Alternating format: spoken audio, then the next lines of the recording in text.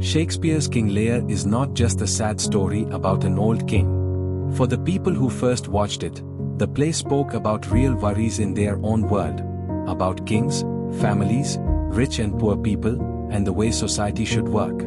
Let's see how this play connects to the political and social life of Shakespeare's time. First, let's talk about the king and the throne. When Shakespeare wrote King Lear, Queen Elizabeth had just died. She had no children. People were worried, who will be the next ruler? Will the country break apart? In the play, Lear makes a terrible choice. He divides his kingdom among his daughters. The result is fighting, war, and confusion. This showed the audience one clear lesson. If a king does not plan carefully for the future, the whole country can fall into chaos.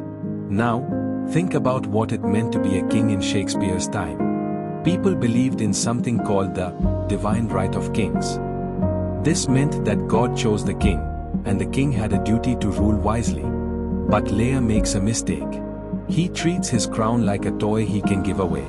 He still wants to be obeyed, but without doing the hard work of a ruler.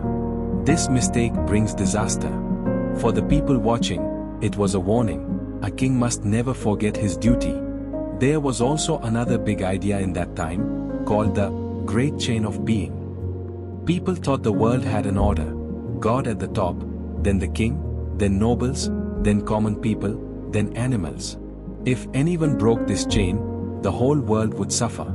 In the play, when Lear gives up his duty, the order of nature breaks. A huge storm comes. Families fight. The kingdom falls apart. The audience believed this was not just bad luck, it was nature showing anger when order was broken. Now let's look at families. In Shakespeare's world, the father was the head of the family, just like the king was the head of the country. Children had to obey their father. Lear expected his daughters to praise him and obey him.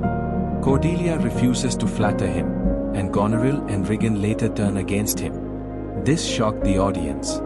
They saw it as a warning about children not respecting parents, and about fathers losing control. But the play also asks an important question. Is true loyalty about empty words, or about honest love? The play also talks about poor people. When Lear goes into the storm, he meets poor Tom, who is really Odger in disguise. Lear suddenly sees how badly the poor live, with no houses, no food, no help. He says, I have taken you little care of this. For the first time, the king feels sorry for the poor. This was important in Shakespeare's time because England had many problems with hunger and homelessness. By showing this on stage, Shakespeare reminded people that rulers should care for everyone, not just the rich. Finally, the play shows the fear of war and betrayal. In King Lear, the kingdom is weak because the family is divided. Enemies can attack more easily. Shakespeare's England also worried about this. Just 1 year before the play, in 1605, there was the Gunpowder Plot, where men tried to kill King James and blow up Parliament. People in the audience would have felt the fear of treason when watching Lear's kingdom fall apart.